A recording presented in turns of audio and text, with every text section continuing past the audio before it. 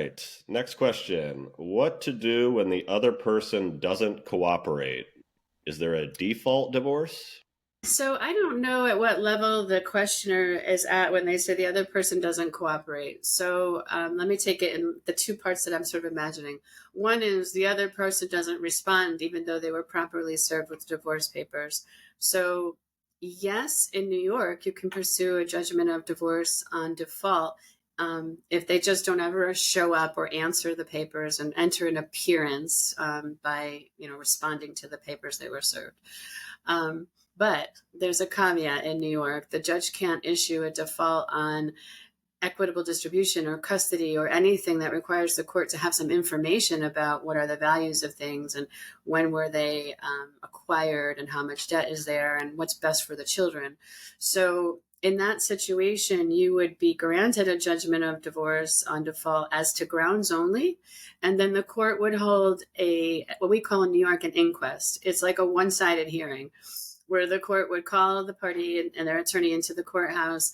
And that's when the party would submit their sworn statement of net worth with their assets and debts and income information, enter into evidence, income tax returns, for instance, or pay stubs as to pay.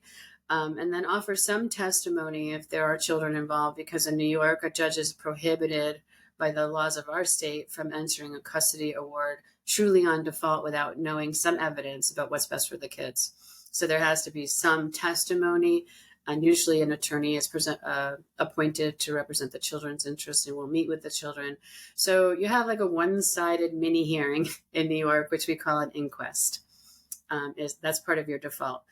Even worse than that, so even though the other party doesn't show up and you still have to go to court and have your lawyer present a case for you, is the party who responds to the papers, files an answer opposing your relief, and then stalls and delays and just, stonewalls everything.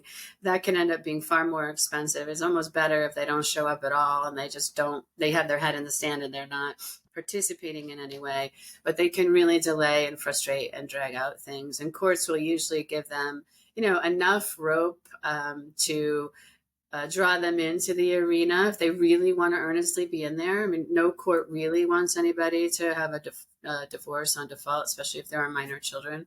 So they'll give some latitude to the uncooperative party, and that will just cause additional delay and cost for the party who brought the action, unfortunately. But eventually, if they don't engage in some meaningful way, there'll be that inquest.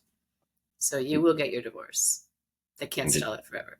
Yeah, I imagine that is a strategy where one person doesn't want the divorce and they're just gonna, like you said, stonewall and drag it out in hopes of, I'm not sure what, but it's like a feeling of helplessness. Like this is the only thing I can control.